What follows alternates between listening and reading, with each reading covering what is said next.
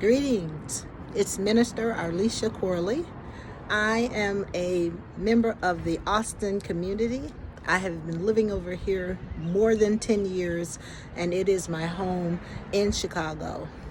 So I just want to talk to you briefly about what's been going on since COVID. So I'm a professor and I teach at community colleges, and we were having regular class and having it up until the early part of March, and then we were told we were quarantined.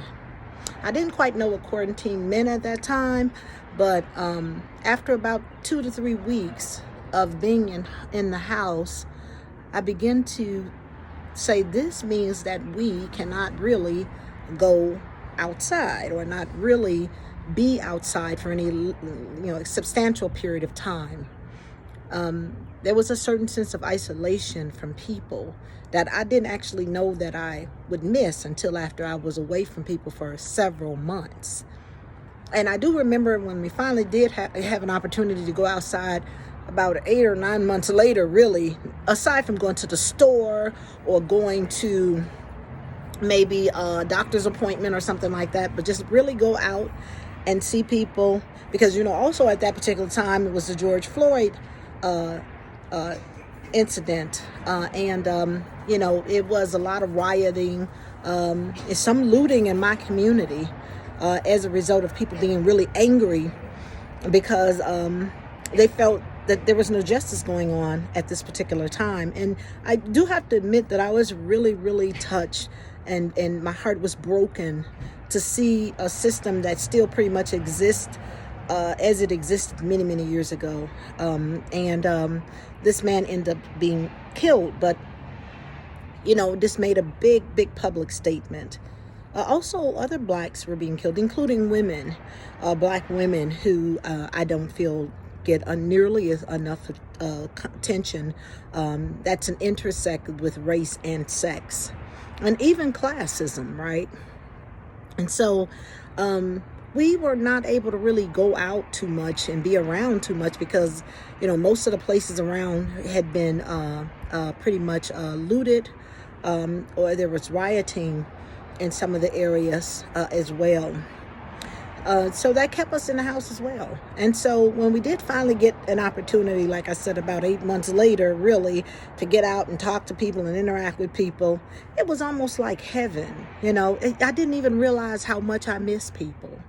You go along with your everyday life doing these routines without even understanding that people are, even if you don't interact with them, they have actually in some really mighty way touched your life. And you don't even know them, or they don't really even know you personally.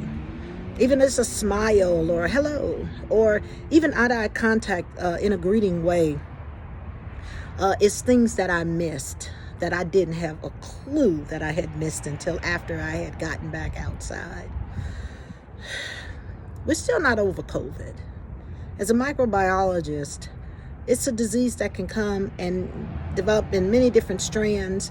And that's one of the things I teach my students, that, it's very important that, once we get a certain, certain immunity, herd immunity, where most of the population is immune to this, either by vaccinations or by being exposed to it, there's still an opportunity for more strands. So that's always a concern factor.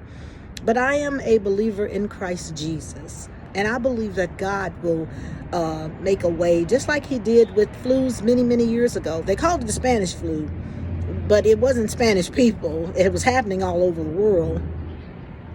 And they overcame that. And I think very much we will overcome this as well, as we continue to fight for social justice reasons. And that is even in the COVID situation, where black and brown people and other people of color were not getting the treatment that they deserve to get. So I'm going to end my conversation and say I am just a survivor of the COVID era, which is what I call this. And I'm just hoping that everyone knows that we have all kinds of coping methods by way of God, or by way of a spiritual connection. I think that in my church community and my family is what helped me make it through this. You guys take care. Peace and blessings. This is Minister 𝗪𝙗 𝗪𝐿𝐴. I'm out.